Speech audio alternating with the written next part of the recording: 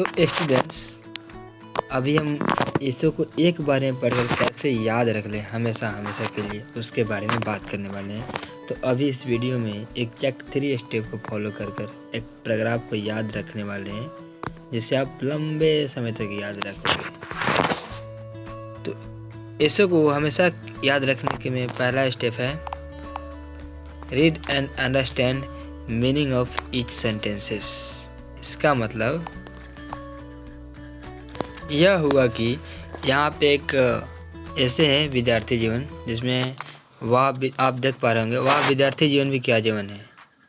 एक सेंटेंस है, एक वाक्य है, और एक वाक्य इसकी स्मृतियाँ तब तक बनी रहती है जब तक कि आदमी का यह जीवन बना रहता है। उसी तरह से जब आप ऐसे पढ़ते हैं तो बहुत सारा सेंटेंस रहता है, तो हर एक सेंटेंस को पढ़ना है और उसके मतलब को जानना है। पहला स्टेप ये है।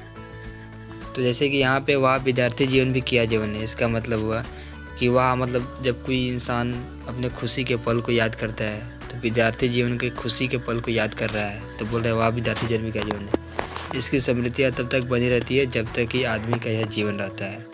मतलब विद्यार्थी जीवन की यादें जब इंसान बूढ़ा हो जाता है तब तक बनी रहती है। तभी तो अक्सर बड़े लोगों को अपने विद्यार्थी काल के विशेष बातें, विशेष प्रकार की शरारतें आपस में नमक मिर्च लगाकर सुनाते दोहराते देखा सुना होगा।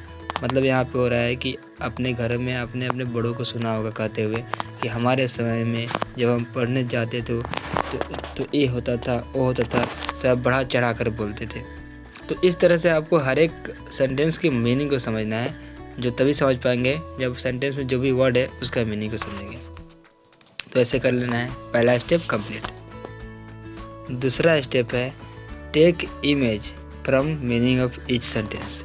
जैसे कि वह विद्यार्थी जीवन भी क्या जीवन है, इसका मतलब कि अपने विद्यार्थी जीवन के खुशी के पल को याद कर रहा है। जैसे कि मेरे लिए जब कबड्डी खेलता था मैं, तब मुझे बहुत अच्छा लगता था, तो हो सकता है। तो यहाँ पे कबड्डी एक हो सकता है इमेज, और दूसरी इसकी स्मृतियाँ तब तक बनी रहती है जब तक आदमी का यह जीवन बना रहता है।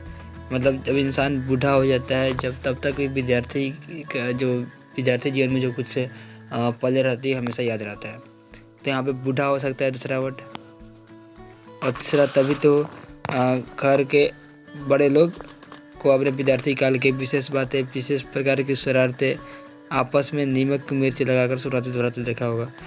तो यहाँ पर नीमक जो मिर्च है ये हो जाएगा वर्ड जिसका इमेज क्लियर है।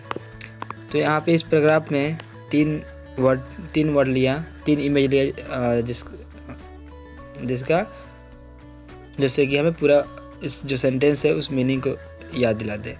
जैसे कि कबड्डी क्या याद दिला रहा है कि वह विद्यार्थी जीवन में बहुत मौज मस्ती आता है। दूसरा बूढ़ा, मतलब बूढ़ा क्या याद दिला रहा है कि जब इंसान बूढ़ा हो जाता है तब भी विद्यार्थी जीवन की यादें बनी रहती है। और नीमक मिर्च क्या याद दिला रही है कि घर के बड़े लोग अपने विद्यार्थी जीवन की बातें में कुछ नीमक मिर्च लगा कर सुनाते हैं। मतलब यहाँ पे बात यहाँ पे मेन रूप से है कि जो इसका मीनिंग है वो सेम होना चाहिए, जो शब्द है वो चेंज हो जाएगा तो उससे कोई दिक्कत नहीं है। हो गया दूसरा स्टेप कंप्लीट। तीसरा स्टेप है make a story between all the keywords या इमेज। जैसे कि यहाँ पे 3 है, कबड्डी, बूढ़ा, नमक मिर्च। अगर जैसे कि आप जब भी इसे को याद कर रहे हो वहाँ पे 50 सेंटेंस है, तो वहाँ से 50 एक इमेज ले लेना है हर एक सेंटेंस की मीनिंग से।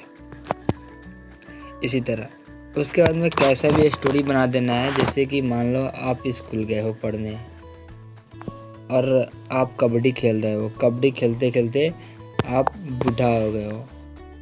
जब आप बूढ़ा हो गए हो तो आपको नमक मिर्च खिलाया जा रहा है, फिर आप जवान हो गए हो, ऐसे कहानी बन गया। इसी तरह से आपको 10 होता कीवर्ड, 15 होता, उसी के बीच में कहानी बनाते थे। तो इससे हुआ क्या, इससे हुआ ये कि ये जो स्टोरी है इसको आप ज़्यादा समय के लिए याद रख पाओगे। क्योंकि हम लोग मूवी को क्यों ज़्यादा समय के लिए याद रहता है, क्योंकि मूवी में एक स्टोरी रहता है, स्टेप बाय स्टेप कैसे क्या हुआ क्यों हुआ सब रहता है। उसी तरह ये जो है एक स्टोरी टाइप का है जिसे आप ज़्यादा समय के लिए याद रखोगे। उससे क्या होगा, उससे होगा क्या कि आप जो इमेज लिए है ना 3-4, वो इमेज आपको याद रहेगा। तो उससे क्या होगा, उससे होगा कि जो एक इमेज है उस पूरा सेंटेंस की याद दिला देगा, सेंटेंस की, जिस सेंटेंस से इमेज लिए थे उस पूरा सेंटेंस की याद दिला देगा। मतलब रिवर्स यहाँ पे हो गया है। पहले हम पहला स्टेप क्या था कि हम मतलब समझेंगे हर एक सेंटेंस का, उसके मतलब से एक इमेज लेंगे फिर कहानी बनाएंगे, और यहाँ पे उल्टा कर देना है। मतलब आपको कहानी याद रहेगा, कहानी से आपको इमेज को देखना है, और इमेज से आपको सेंटेंस की याद दिलाना है। और इस तरह से जब आप पढ़ोगे तो आपको ज़्यादा समय के लिए याद रहेगा। अब यह बताइए कि आपको स्टोरी याद है कि नहीं। और अगर आपको वीडियो हेल्पफुल लग रही है तो कमेंट में बताइए, ताकि हम और आपकी प्रॉब्लम का सलूशन निकाल पाएँ। Thank you.